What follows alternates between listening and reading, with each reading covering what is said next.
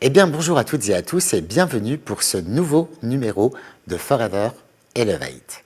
Aujourd'hui, on va parler d'un tournant que beaucoup d'entrepreneurs vivent, passer d'un modèle classique à l'aventure Forever. Créer son entreprise, gérer son activité, l'entrepreneuriat est une aventure en soi. Mais alors, qu'est-ce qui pousse tant d'entrepreneurs à changer de cap et à choisir Forever ? Qu'est-ce qu'ils y trouvent de différent, de plus puissant, de plus adapté à leurs aspirations ? Dans cet épisode, on va explorer le parcours d'une personne qui a fait le switch, sa vision de l'entrepreneuriat et ce qui l'a fait passer le pas, les différences qu'elle a vécues en rejoignant Forever, la liberté, l'accompagnement, les différentes opportunités, mais aussi les défis et révélations qui ont transformé sa manière de travailler et de réussir. Parce que quitter un modèle connu pour un nouveau défi, c'est une décision qui peut absolument tout changer. Et parfois, c'est le meilleur choix qu'on puisse faire. Alors, prêt à découvrir pourquoi tant d'entrepreneurs font le grand saut vers Forever ? Allez, c'est parti.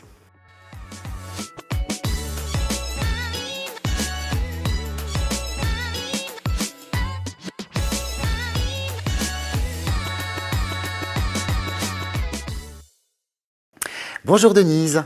Bonjour. Comment vas-tu ? Très bien, merci. Eh bien écoute, je suis ravi aujourd'hui de te retrouver sur ce beau plateau de Forever Elevate. Merci d'avoir accepté notre invitation.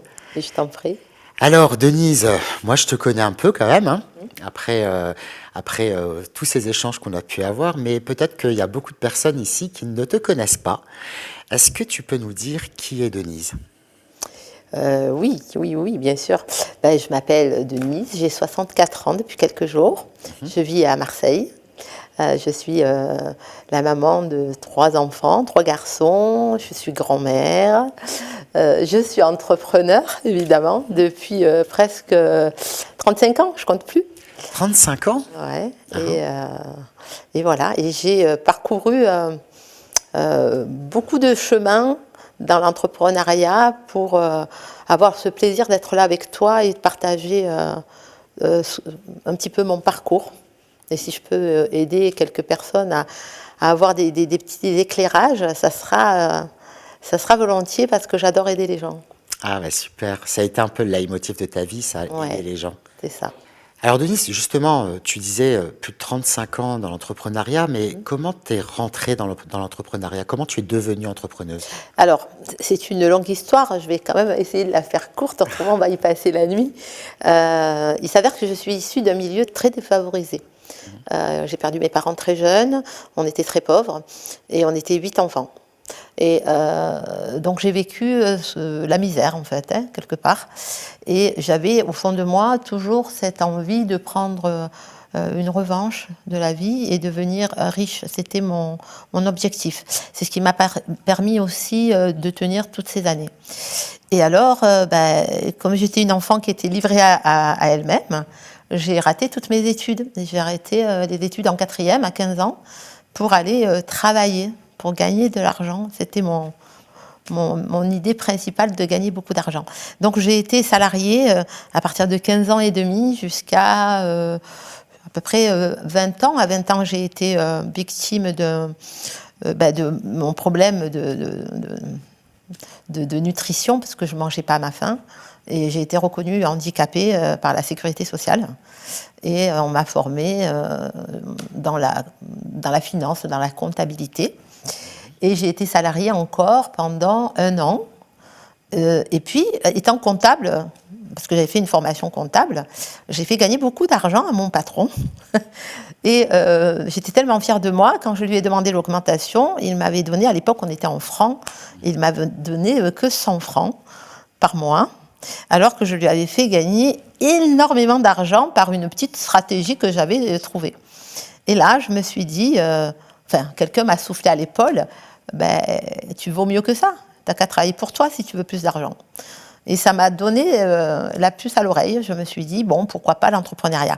Mais à l'époque, donc j'ai 64 ans, donc il y a plus de 40 ans, c'était pas facile de se lancer dans l'entrepreneuriat. Il y avait vraiment beaucoup de risques à prendre et on pouvait pas, comme aujourd'hui, avoir une passerelle et faire les deux en même temps. Mais je me suis lancée quand même parce que je suis un petit peu une aventurière. Et je me suis plantée, c'est-à-dire que j'ai ouvert un restaurant, j'ai ouvert une boulangerie, j'ai ouvert un magasin de bonbons, enfin, j'ai ouvert plusieurs commerces. Ça marchait, puis ça retombait, parce que je n'étais pas vraiment consciente de ce qu'on appelle les charges incompressibles de l'entrepreneuriat. Et jusqu'à ce que je trouve un petit peu plus ma voie dans l'immobilier et dans la finance. Je suis devenue courtier en prêt immobilier. Et là, c'est là où je me suis un petit peu plus stabilisée jusqu'à ce que je rencontre Forever. D'accord. Voilà. Et donc, si je comprends bien, tu as été dans l'immobilier et la finance. Dans la finance pendant combien d'années à peu près? J'ai eu le cabinet en 98, donc 26 ans. 26 ans. Oui. Donc on a créé un cabinet à l'époque. Alors dans l'entrepreneuriat, là aussi ça n'existait pas. On a acheté un portefeuille, on a acheté une affaire qui existait déjà. Oui. Et avec mon mari, on a tout créé. On est parti de zéro. On nous a traités de fous et on a créé. Donc on a fait de l'assurance, donc la vente immobilière, le conseil en patrimoine. Et le prêt bancaire, c'est-à-dire que je sollicitais les prêts, je sollicitais les banques pour que mes clients, alors c'était des PME, des entrepreneurs, ce n'était pas des grosses sociétés, mais ça pouvait être financé 200 000 € une ambulance, comme 1 million d'euros un restaurant, voilà. Donc je montais des business plans pour présenter à la banque, puisque la banque prêtait de l'argent aux entrepreneurs qui voulaient se lancer. Donc 26 ans dans ce cabinet, où j'ai aimé vraiment mon activité, puisque j'arrivais à aider les gens dans un domaine où moi, justement, j'avais excellé. Et donc, c'était quelque chose de très, très important pour moi. Et puis très valorisant. Oui. Hein, c'est valorisant. Et puis, je me suis spécialisée aussi en fiscalité. Donc, je faisais gagner de l'argent à des gens qui avaient déjà de l'argent. Ouais, on va plutôt parler d'optimisation pour le coup. Voilà, optimisation fiscale. Voilà. Ouais, c'est pour ça que je suis partie dans l'immobilier. Par la suite. Par la suite, oui. Ok, bon, parcours absolument logique, mais en tout cas bravo. Hein, parce que quand on comprend de là d'où tu viens et avoir réussi tout ce parcours, tout ce chemin, qu'est-ce que tu pourrais nous dire, qu'est-ce qui fait qu'à un moment donné, ou en tout cas quelle qualité ou quelle croyance tu avais à cette époque-là pour pouvoir réussir un peu tout ça? Alors, c'est simple. Quand j'étais enfant, j'étais un cas, comme le petit Calimero. C'est-à-dire que j'étais celle qui avait les habits troués, j'étais celle qui était différente des autres enfants. Et donc, les enfants sont très cruels et j'ai énormément souffert de cette différence.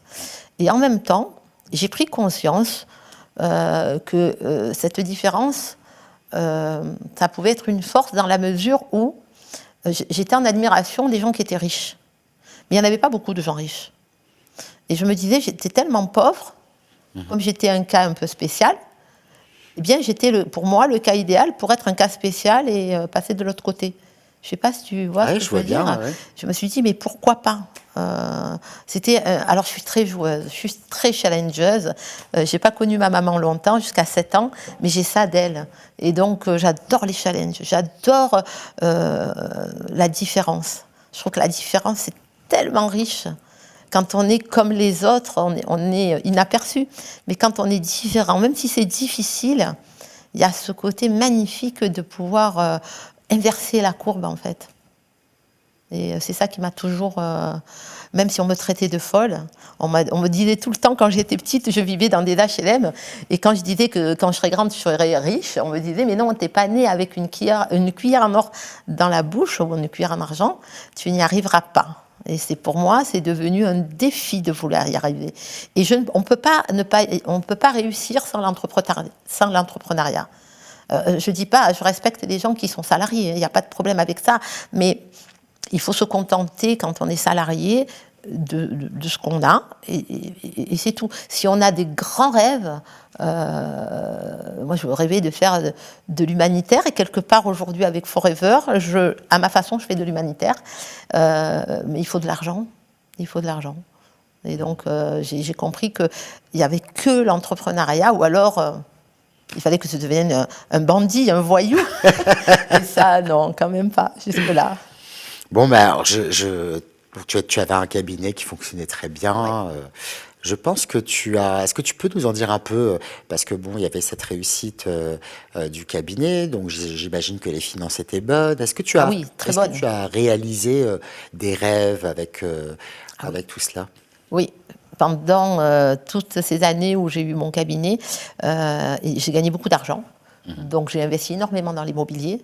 D'accord. On s'est acheté avec mon mari une maison de rêve, les voitures de rêve qu'il voulait. On a vraiment eu tout ce qu'on voulait au niveau matériel et puis au niveau personnel, puisque j'ai fondé une famille et c'était quand même quelque chose qui était important pour moi, puisque je n'avais pas de structure familiale. Donc pour moi, la boucle était bouclée. J'arrivais vers mes 60 ans, 59 ans, 60 ans. Je me languissais un petit peu la retraite parce que j'avoue qu'au bout de 26 ans, j'avais tellement fait le tour de tout que je me languissais quand même de prendre ma retraite pour voyager, parce que ne plus me lever le matin pour aller ouvrir le cabinet, etc. J'avais envie un petit peu de changement. Et pour moi, le changement, c'était la retraite. Aller voyager, m'amuser, etc. Et voilà, donc j'attendais tranquillement la retraite. Et puis, voilà, il est arrivé un événement. Alors, rien n'arrive au hasard. Bien sûr. Ouais. Mon dernier garçon partait faire ses études. Nicolas partait faire ses études à Paris pour être prof de maths. Et là, moi, j'ai eu un effondrement. Et là, peut-être les mamans vont comprendre. Mon Kaiganis, comme on dit à Marseille, partait de la maison. Et là, j'ai fait une mini-dépression. C'était l'été, puisqu'en septembre, il partait dans les grandes écoles à Paris. Et je faisais que pleurer. J'avais l'impression que j'arrivais au bout de ma vie, que ma vie de maman n'existerait plus. Et c'était très, très, très difficile. Je faisais que pleurer. Et puis, comme quoi, l'univers m'a entendu et j'ai rencontré Forever. Alors justement, comment tu as rencontré Forever? Alors, tout bêtement, à travers mes programmes immobiliers, je fais de la location Airbnb. Oui.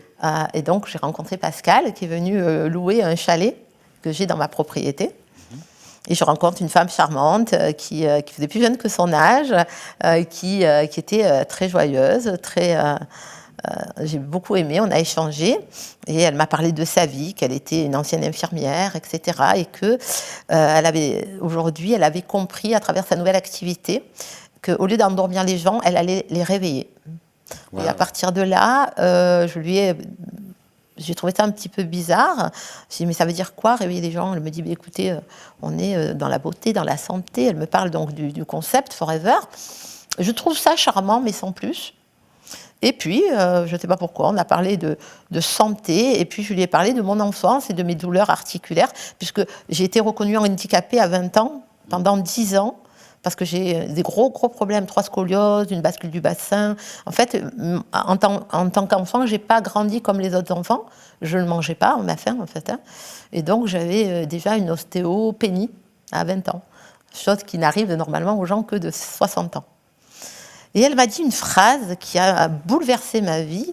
Elle m'a dit, les gens comme vous, dans votre cas, qui ont ce genre de problèmes, d'inflammation, eh bien, avec nous, ils ont vu des résultats au bout de quelques temps. Je ne dis pas, on ne va pas vous guérir, ce n'est pas du tout mon dialogue, mais on peut atténuer vos douleurs. Et là, je ne l'ai pas cru, je suis marseillaise, elle était parisienne, ça n'allait pas. L'OM PSG, ça ne marche pas. J'ai dit, cette petite blonde, elle est en train de me dire que ça fait quelques années que j'ai des douleurs lombaires, j'ai des problèmes d'articulation. Et elle me dit là qu'en 3-4 mois, elle est capable de m'aider. Et en même temps, je suis curieuse. Autrement, je n'aurais rien réussi si on n'est pas curieux. Et je dis, écoutez, pourquoi pas, je vais un petit peu essayer votre concept. Et elle m'a de suite proposé l'entrepreneuriat. Elle m'a dit, mais vous avez un Airbnb. Elle m'a proposé de développer l'activité. Et là, je l'ai arrêté tout de suite. J'ai dit non, là, c'est même pas la peine. Dans 1 an, je prends ma retraite. Je travaille depuis l'âge de 15 ans. D'accord ? Donc, j'arrête de travailler. Mais par contre, je veux être votre cliente. Ça, je veux bien utiliser les produits dont vous me parlez, la nature, tout ça, moi, ça me parle. J'aime les animaux, c'est pas traité sur les animaux, tout ça. Tout ce que vous m'avez dit, ça m'a convaincue, je veux être votre cliente. Elle m'a dit, OK, pas de problème. Et je suis, évidemment, j'ai pris mon agrément. Elle m'a dit, vous n'êtes pas obligé de travailler, mais vous aurez un pourcentage à vie. J'ai dit, OK, ça m'intéresse, c'est pas mal pour mes... Et je suis tombée dans le panneau, en fait, parce que dès que j'ai eu les premiers effets de ce nouveau concept, de cette nouvelle façon de consommer et d'acheter, j'ai eu des résultats incroyables. Je ne déjeunais pas, je prenais un café à 11h30, j'étais fatiguée, voilà. Et là, ma vie, elle était en train de changer, et je sentais que je pouvais reprendre le sport. Mon mari est passionné de moto. Eh bien, avant, je faisais 1 heure de moto, j'avais mal au dos. Et là, on part à Fontaine du Vaucluse, on part faire des balades un petit peu de partout, et 2, 3 heures, 4 heures de moto, pas fatiguée. Et là, je réalise que j'ai une deuxième vie, en fait. Et qu'est-ce que je fais ? Je fais bêtement ce que tout le monde fait, de la recommandation. J'en parle à tout le monde, à mes amis, à ma famille. Je leur ai dit, voilà, venez voir ce qui m'arrive. Oui, en fait, c'est l'enthousiasme qui a parlé pour toi. Et oui, et puis un jour, Pascal me téléphone et elle me dit, à l'époque, te manque un CC et demi pour être animatrice et rentrer dans le plan marketing. Et je ne voulais pas voir le plan marketing parce que ça ne m'intéressait pas. J'avais assez d'argent, j'avais tout ce que je voulais, je ne voulais pas travailler. Et je ne sais pas si c'est pas pour lui faire plaisir ou parce que j'aime bien les challenges. J'ai dit, bon, animatrice, pourquoi pas, allez. Bon, je suis même pas allée le chercher parce qu'il était déjà pratiquement là. Et j'avoue que à ce moment-là, le staff à Paris m'a appelé pour me demander si je voulais témoigner à une Success Day de ma réussite chez Forever. Et en fait, j'étais mal à l'aise parce que j'avais pas l'impression d'avoir bossé. Pour moi, bosser, c'est étudier, travailler, c'est avoir des stratégies. Parce que l'entrepreneuriat, c'est ça, il faut des stratégies. Et là, non, je ne faisais pas grand-chose, en fait. Et à partir de là, j'ai commencé à regarder ce plan marketing. J'ai dit, quand même, c'est mon métier, tu vas t'intéresser à ce que c'est ce métier-là, marketing de réseau. Ouais, c'est quoi ? J'avais cette idée que c'était pas... valorisant, que c'était bon, qu'il y avait du turnover, que c'était pas pour tout le monde. Et j'ai mis le nez dedans. Et j'ai commencé à faire une enquête sur Rex Morgan. D'accord. Je suis allée chercher sa vie, qui il était, parce que pour moi, c'est important, les fondateurs. Bien sûr. Et puis, avoir côtoyé le monde de la finance, tout ce qui est acté en bourse, avec les bénéfices, des actionnaires, etc. Je connais cette musique-là. Et je sais que c'est jamais très bon. On est tributaire des actionnaires. Et dès que j'ai vu qu'elle n'était pas actée en bourse, je me suis dit, ah, ça me plaît. Et voilà, j'ai donc regardé sa vie, j'ai vu qu'il y avait des valeurs qui étaient complètement alignées aux miennes. Et j'ai dit, la société, elle me plaît. Après, le plan marketing, il est pas mal. Et puis, Pascal m'a dit cette phrase magique aussi, écoute, toi qui aimes aider les autres, jusqu'à présent, tu les as aidés à consommer comme toi. Et si tu les aidais à créer des entreprises ? Et puis, on était en 2021 quand même, c'était le Covid. Ouais, il y avait plein de métiers qui étaient en train de tomber dans les oubliettes, etc. Je voyais le digital, même si je n'étais pas à l'aise dans le digital, je voyais bien que c'était des métiers qui étaient en pleine progression. Et je me suis dit, oui, si je peux encore aider des gens à créer des emplois, avec l'expertise que j'ai de l'entrepreneuriat, pourquoi pas ? Et là, banco, et là, j'ai commencé... Mais j'ai fait ça quand même en parallèle pendant 2 ans, parce que je ne pouvais pas quitter mon premier amour de l'immobilier, la finance, etc. J'avais acquis une telle expertise que mes clients avaient besoin de moi, je n'arrivais pas à les lâcher. Et c'est pour ça que pendant 2 ans, j'ai développé en parallèle, et jusqu'à ce que je devienne manager avec une grande équipe. Et là, c'était plus un jeu pour moi, parce que jusqu'à présent c'était un jeu. Et là, je me suis dit, tu as la responsabilité quand même de personnes qui viennent te rejoindre et qui, eux, ont un espoir presque à 100% avec Forever. pas juste 50-50, ou même des fois 50-50 parce qu'ils ont une activité, mais qui rêvent de partir parce ils font un burn-out, parce qu'ils se lèvent trop tôt le matin, parce que voilà, salariés ou entrepreneurs, il y a énormément de contraintes. Et moi, je voyais la vie que j'ai, libre, en gagnant de l'argent, je me suis dit, non, c'est bon, tu vas accompagner des gens. Et donc, je ne le vois pas comme un métier, en fait, Hakim, cette activité. Elle s'est quand même transformée un peu en passion. En passion, oui. Ouais, en passion. Parce que j'allais te poser cette question de savoir aujourd'hui quel est réellement eh bien, ton pourquoi. Parce qu'effectivement, tu t'es quand même vraiment bien réalisé dans ta première carrière, on va dire. Tu es arrivé à la porte de la retraite et bam, tu as cette opportunité qui tombe. On a bien compris un peu comment elle est arrivée, comment tu l'as découverte, en passant d'abord par le produit, puis après de la recommandation, de l'enthousiasme. Là, tu arrives manager et là, tu réalises finalement que c'est un truc très sérieux. Ouais. Et que je peux faire gagner, je réalise que je peux faire gagner un temps fou aux gens, ce temps que je n'ai pas gagné. C'est-à-dire que les galères que j'ai eues au début de l'entrepreneuriat, s'il y avait eu quelqu'un qui m'avait dit, voilà Denise, regarde, attention, tu vas te lancer, tu aimes ça, mais attention, il y a ça, ça, ça et ça qui ne va pas. Eh bien, à partir de là, j'aurais gagné du temps. Alors, je ne regrette pas ce temps, parce qu'aujourd'hui, je le mets au service des gens. Et donc, je ne peux pas rester avec tout ce savoir et le garder pour moi, parce que je pense que la plus belle chose, moi, vieillir, c'est pas quelque chose qui me pose problème, hein. Vraiment pas. J'ai vraiment pas peur de vieillir. Je dis mon âge vraiment facilement, parce que ce que je trouve qu'il y a de magnifique en vieillissant, c'est qu'on a tellement de choses à transmettre. Et cette transmission, elle est magique, hein. À titre personnel, je la fais avec mes petits-enfants, mais à titre professionnel, oh là là, mais avant de mourir, il faut que j'impacte plein de gens et que je leur donne tous ces raccourcis. C'est ça, oui.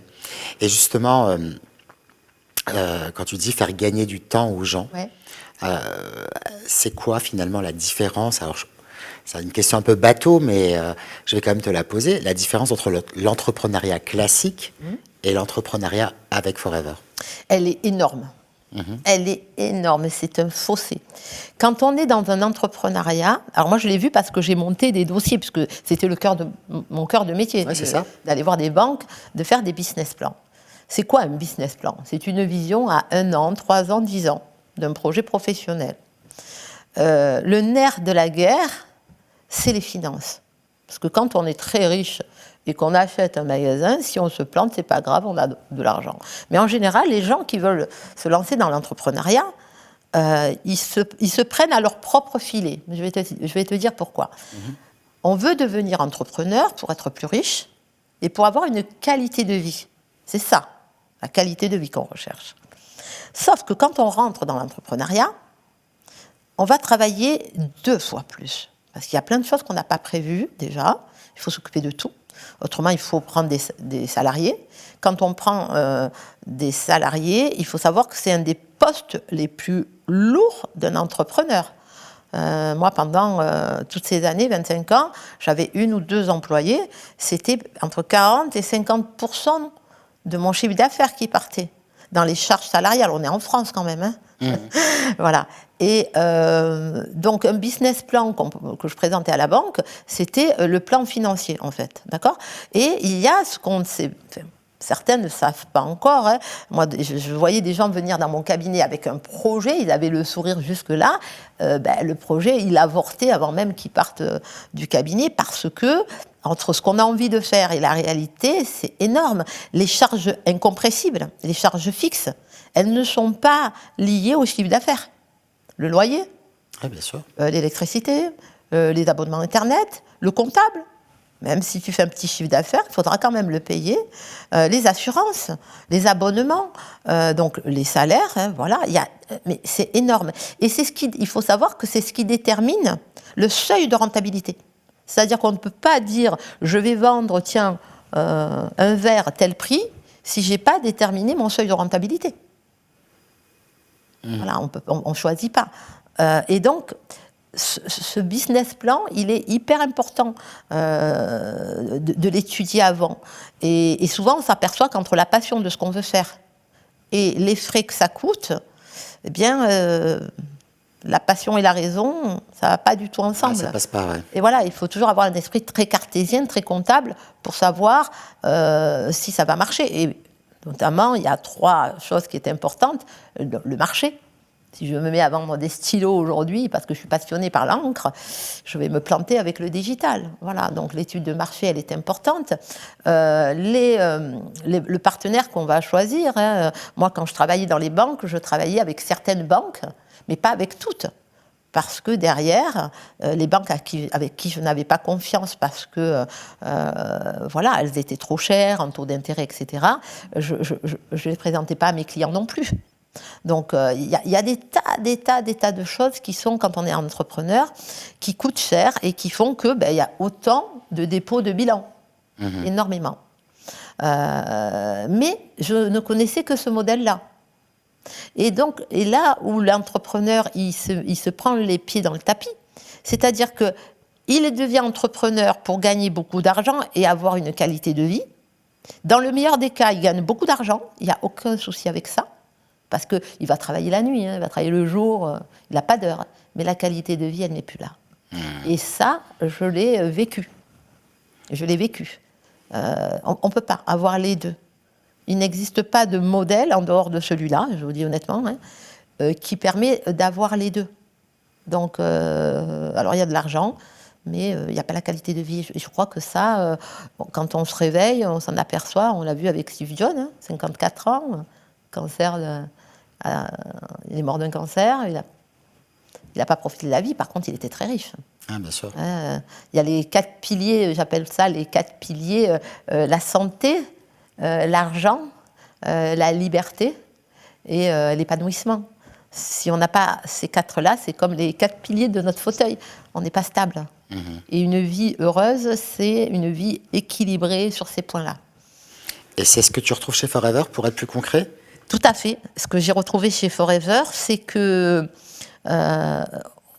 tout ça n'existait pas. C'est-à-dire que, bien sûr qu'il faut travailler, mais de pouvoir choisir ses heures de travail, c'est quelque chose d'assez exceptionnel. Moi, quand je travaillais avec les banques, il fallait que les banques soient ouvertes. Voilà. Quand on dépend de beaucoup de choses, même si on travaille bien, on peut avoir de mauvais résultats. En revanche, quand on dépend que d'un partenaire et qui est au top et qui maîtrise tout, et très bien parce qu'il a de l'expertise, waouh, on est tranquille, on est sur du velours. On n'a pas à se préoccuper. Parce qu'un entrepreneur préoccupé, parce que le chantier, parce que ci, parce que là, le comptable, le salarié, c'est pas un entrepreneur efficace. Il n'y a plus la place à l'imagination. Et avec Forever, pour moi, je ne connais pas une société au monde qui me permet d'avoir la même chose. C'est-à-dire qu'il me laisse le temps, Forever, de vaquer à l'imagination. Tiens, qu'est-ce que je pourrais faire pour impacter telle personne ? Tiens, il me laisse le temps à faire ce que je ne faisais jamais, du développement personnel. Moi, j'étais quelqu'un de très colérique. Très colérique. Je me suis battue quand j'étais enfant, j'étais dans un milieu pourri, donc je me suis battue physiquement et moralement, et je suis quelqu'un qui est assez, voilà, j'étais un peu agressive, etc. Depuis 5 ans, je me suis adoucie. Je travaille mon développement personnel, je me mets moins en colère, je suis plus détendue, tout ça parce que la société gère tout. Et alors quand tu dis, pardon de te couper, mais c'est important peut-être pour ceux qui nous suivent, quand tu dis la société gère tout, elle gère quoi ? Mais elle gère. Alors, quand on a une entreprise, il faut penser à tout. Alors, il y a plusieurs entreprises, mais ceux qui ont, par exemple, des produits, il faut qu'ils aillent les acheter, le temps de les acheter, de négocier les achats, de les stocker, de les transporter, les denrées périssables. J'ai eu un restaurant, moi, je jetais de la marchandise, etc. Tout ça, mais c'est énergivore. Ça prend 60% de ton temps. Et tu n'es pas productif quand tu fais ça. Tu es juste en train de gérer l'essentiel pour pas que ta société, elle tombe. l'informatique. Moi, je payais un informaticien plus de 700 € par mois pour avoir la maintenance de mon logiciel informatique. Chez Forever, on ne paye pas. On a une boutique à notre nom. Je veux dire, une fois, j'ai entendu quelqu'un qui râlait parce qu'il dit « Ouais, le site, il est en maintenance. » Je dis « Ouais, mais il est gratuit, le site aussi. Hein. » Donc, quand il est en maintenance et que tu payes tous les mois, tu peux flipper. Mais quand il est gratuit, quand il est tout reformaté, tout moderne et que tu payes pas, c'est même bizarre, quoi. Après, voilà. Après, c'est vrai que la société n'a pas de dette et qu'elle investit tout dans ses clients et dans ses représentants. Mais c'est de la générosité pure. Et c'est pour ça qu'il est important de connaître l'histoire du fondateur. Parce que il y avait que quelqu'un de généreux pour faire un système aussi généreux. Parce que le marketing relationnel, il y en a d'autres, hein, dans d'autres métiers, dans d'autres activités, mais avec autant de valeur, avec autant de générosité, je ne suis jamais partie autant en voyage. Je gagnais de l'argent quand j'avais des cabinets, mais il fallait que je reste au cabinet. Ouais, Aujourd'hui, en 5 ans, je suis partie au Maroc, en Thaïlande, à Bali, en croisière. Je vis ma retraite, en fait. Je vis ma retraite avec mon humanitaire que je voulais faire. Et c'est là que je te dis que le côté humanitaire, il est là pour moi. Je me lève le matin, quel entrepreneur ou quel salarié, hein, je vais pouvoir l'éclairer sur le monde de l'entrepreneuriat. Parce que le monde de l'entrepreneuriat, il fait peur aujourd'hui, surtout en France. Il fait énormément peur, mais c'est normal, parce qu'on pense à tout ça. Et puis tous les gens qui ont échoué, ils vont décourager les autres en disant « Oh là là, tu te lances dans l'entrepreneuriat, mais t'es fou, t'es folle, tu te rends pas compte. » Oui, et puis ils ne savve pas qu'il y a différentes Ils ne savent pas ce qu'ils vont découvrir derrière. Façon d'entreprendre, et notamment avec notre business model. Et puis, c'est tellement bien que quelquefois, au début, je me suis plantée parce que un jour, j'ai eu un entretien avec Philippe et j'ai dit « mets le pack à 3 000 €. Parce que quand je parle à des entrepreneurs et que je leur dis que c'est gratuit, quoi, la licence est gratuite, tu fais quelques achats et ça y est, tu as ton entreprise, on s'est moqué de moi. Mais non, c'est un truc, ça marche pas ton truc. Parce que, malheureusement, quand il y a... ça représentait pas la valeur de l'entreprise parce que pour y accéder, c'était trop facile. Ça mettait la méfiance à certaines personnes. Hein. Oui, pour que ça soit crédible, il faut que ça soit cher. Déjà, quand tu t'inscris... alors, il est arrivé la micro-entreprise, entre-temps, l'auto-entrepreneur. Mais moi, quand j'ai démarré, ça n'existait pas, tout ça. Quand tu voulais te mettre à ton compte, tu allais à la chambre de commerce, tu en avais pour 500 € de formalité. Déjà. Déjà, hein. Tu n'avais pas payé le comptable, tu n'avais pas acheté un véhicule, rien du tout. Hein. C'est juste les formalités pour avoir un numéro au registre de commerce. Ça coûtait 500 €. D'accord ? Aujourd'hui, avec 500 €, tu as des produits et tu as ta licence. Tu n'as pas de démarche. Oui, bien sûr. Voilà. Bon, après, il y a eu l'auto-entrepreneur, etc., la micro-entreprise. Voilà. Après, c'est plafonné. Et plafonné, c'est dommage aussi parce que ce qu'il faut, c'est pas... c'est viser très haut. Hein. Vous visez la Lune pour toucher les étoiles, c'est bien. De ne pas avoir de plafond de verre, c'est bien aussi. Parce que quand on a un plafond, on n'avance pas, en fait. On se limite à notre plafond. On le regarde tout le temps. Quand il n'y en a pas, voilà. Tu regardes les étoiles, tu te dis, allez, je peux monter. Voilà, on me donne des échelles. En plus, Forever nous donne des échelles avec des petits barreaux pour pas que ce soit trop fatigant. Et il ne faut pas exagérer. Moi, j'ai connu la guerre. Super, Denise. Denise, quel conseil tu donnerais à un entrepreneur qui est dans le traditionnel et qui hésite, par exemple, à se lancer dans ce business model, de se lancer avec Forever? Et y a-t-il peut-être aussi une erreur que toi, tu as commise dans tes débuts, peut-être, de cette activité-là, que tu souhaiterais partager avec eux pour que leur transition se passe le mieux possible? Oui. Eh ben, je vais commencer à l'envers, Oui. je vais commencer par les erreurs. Comme je te disais, j'étais tellement enthousiaste quand j'ai démarré, quand j'ai compris le plan marketing et que j'ai compris que je pouvais développer l'activité Forever. Et j'étais très, très enthousiaste. Et mon enthousiasme a fait peur aux gens. Ah, D'accord ? C'est-à-dire que je leur disais, je leur donnais, comme tu dis, des conseils. Viens, regarde, je vais te montrer, tatati, tatata. Je te tends la main, je te donne la main tout le long, je te montre le chemin.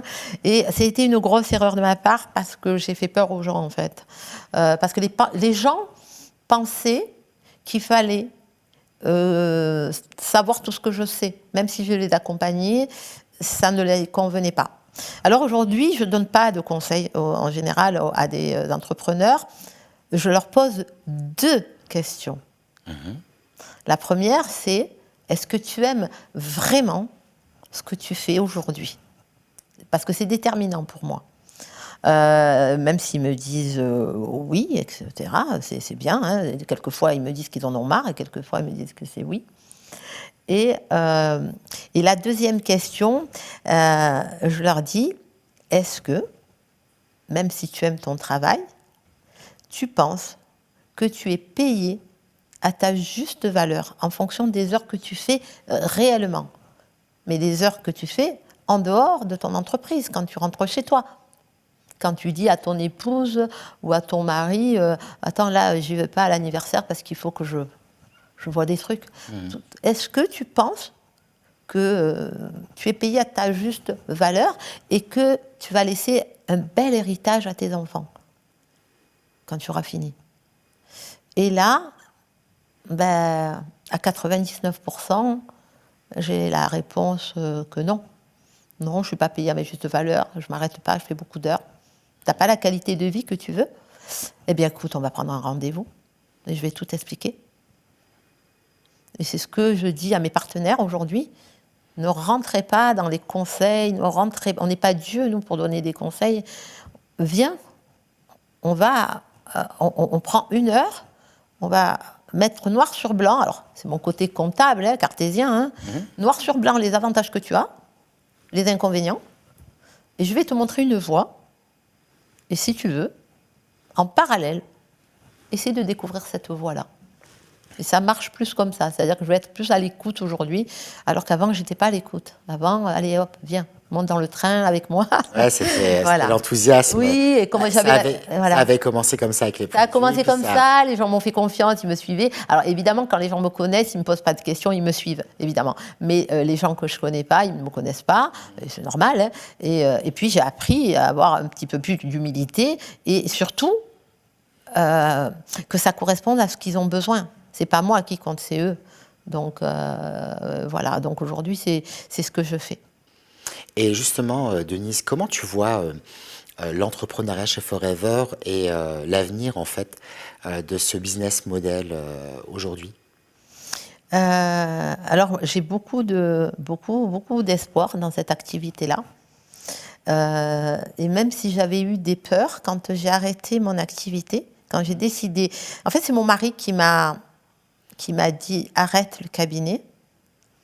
Je payais plus de 6 000 € d'assurance pour mon cabinet, pour mon activité de courtier. Ah oui, quand même. D'accord ? Et en janvier, l'année dernière, avant de payer l'assurance, il me dit « tu es sûr que tu vas faire des dossiers encore ?» Et il me dit « parce que quand tu parles de Forever, tu as les yeux qui brillent. Et un peu moins quand tu parles de ton activité financière. » Et donc, j'ai basculé. Et j'ai eu un peu peur. Un peu peur d'avoir, comment dire, un manque de compétences à guider les gens parce que j'avais 62 ans, parce qu'il y a 2 ans, j'avais peur de ne pas arriver à apprendre. Parce que j'avais l'impression quand même que plus je montais dans Forever, plus il fallait que j'apprenne des compétences, mais avec des contraintes. Comme si en montant, ça devenait de plus en plus dur. Parce qu'en réalité, dans l'autre monde de l'entrepreneuriat, c'est comme ça. C'est-à-dire que quand tu réussis, tu as une deuxième société, mais tu as double souci. Tu montes, mais tu montes en souci, en préoccupation. Et je me suis dit, oh là là, si j'arrête tout et que je fais que Forever, il va falloir que je travaille davantage peut-être, etc. Il va falloir que je forme les gens. Peut-être que je vais pas arriver à apprendre. Et ça m'a fait énormément peur. Et comment j'ai réussi ma peur j'anticipe ta question. Comment j'ai fait pour vaincre cette peur? J'ai ajouté des oméga 3 et du focus dans mon petit déjeuner. Ah oui. Pour avoir les facultés intellectuelles. Si ça marchait sur mon dos, ça va marcher sur mon cerveau. Mais je t'assure, j'en rigole, mais c'est la vérité. Mon mari me dit, tu oublies moins de choses. Il me dit, t'arrives à être organisée, alors que je n'arrivais pas à être... J'étais un petit peu borderline, moi. Hein. Et je me suis organisée de plus en plus. Et du coup, j'ai paumé ta question. Oh. Ah mais c'est très bien. Alors dis-moi, juste encore une dernière question, ou une avant-dernière question plutôt. Donc du coup, pour résumer, Oui. on va faire une petite synthèse. Pour toi, Forever, en 3 mots, c'est quoi? Solution de l'espoir et de l'amour. Pourquoi? Parce que dans Forever, on a les solutions pour les gens qui espèrent. Tu sais, quand il y a quelque chose que je n'aime pas, moi, quand les gens disent bonne année, bonne santé, beaucoup d'argent, j'espère. On peut espérer que le soleil brille, qu'il ne pleuve pas, parce que ça ne dépend pas de nous. Mais la vie qu'on va mener, c'est pas de l'espoir, c'est les actions qu'on va mener. C'est pas le hasard. Voilà. Et c'est pour ça que pour moi, les 3 mots, c'est la solution à l'espoir, c'est-à-dire j'espère réussir dans ma vie, eh bien j'ai la solution. Et l'amour, parce que pour moi, c'est que de l'amour. Ouais. S'il n'y a pas d'amour, ça ne sert à rien, Forever, on perd son temps. Et puis, donc, c'est la dernière question que je pose à tous les invités. Forever Elevate, ça t'inspire quoi? Ah, eh bien justement, ça représente tout ce que je viens de te dire. Ça représente cette échelle dont je t'ai parlé. Ouais. C'est-à-dire que ça représente une échelle et qu'on soit tout petit ou qu'on fasse 2 mètres, on a des barreaux. Et on peut s'élever. En toute sécurité, on a des filets, il n'y a aucune prise de risque pour grandir, s'élever. Voilà, chose qui n'existe pas dans d'autres modèles d'affaires. Et d'ailleurs, j'invite les gens à me contacter s'ils connaissent une affaire qui peut être mieux que ça. Et croyez-moi que j'en ai étudié, dans mon métier, j'en ai étudié beaucoup. Donc pour moi, c'est une évidence. Elevator, c'est une évidence. Bon, bah super. En tout cas, Denise, merci. Merci à toi. Pour ton authenticité. Merci. Avant tout, merci d'avoir partagé un morceau de ta vie, de qui tu es, de ta vision de l'entrepreneuriat. On a la chance aujourd'hui de t'avoir dans nos équipes, de t'avoir avec nous sur nos événements, de t'avoir avec nous un peu partout. Tu es une personne absolument formidable qu'on admire et qu'on respecte énormément. Mais c'est fou parce qu'aussi, ça me touche énormément ce que tu me dis, mais aussi avec cette activité, c'est la loi de l'attraction, hein, on appelle ça comme on veut, mais on est amené à rencontrer des gens de plus en plus alignés. Ouais. Moi, j'étais dans un milieu d'argent matériel. J'avais affaire à des notaires, des comptables, des avocats, des banquiers, où tout était lié à l'argent, le matériel. Et là, quand même, on a la chance de rencontrer des belles personnes, hein, dont tu en fais partie. Hein, et vraiment, le plaisir est très partagé. Bon bah super. Merci à toi. Merci encore. Merci à vous d'avoir été avec nous et on se retrouve très bientôt pour un nouvel épisode de notre Forever Elevate. À très bientôt. Ciao.